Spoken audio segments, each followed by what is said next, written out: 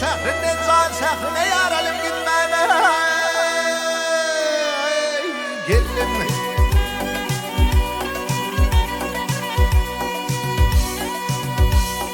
Ya sen mollum asmanın alimin mollum husnun gedayım oh ya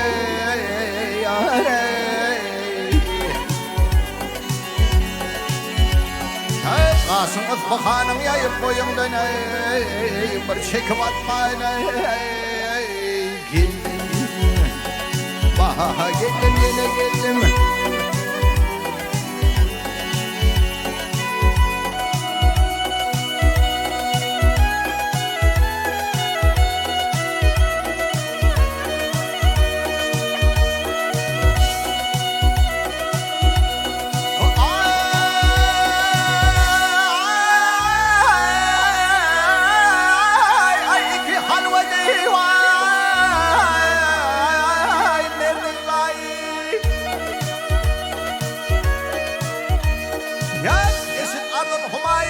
Ketin köydeki yanayım var varım gitmene gitme.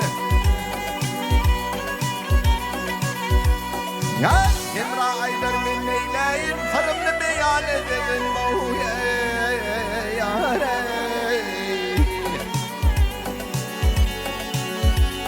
Ya yar gitsin alıp gideyni vay var alıp gitmene gitme.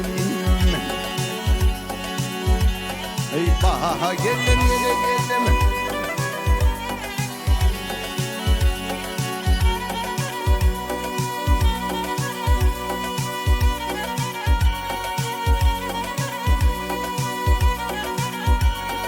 Ha ha hay ay ha ha hay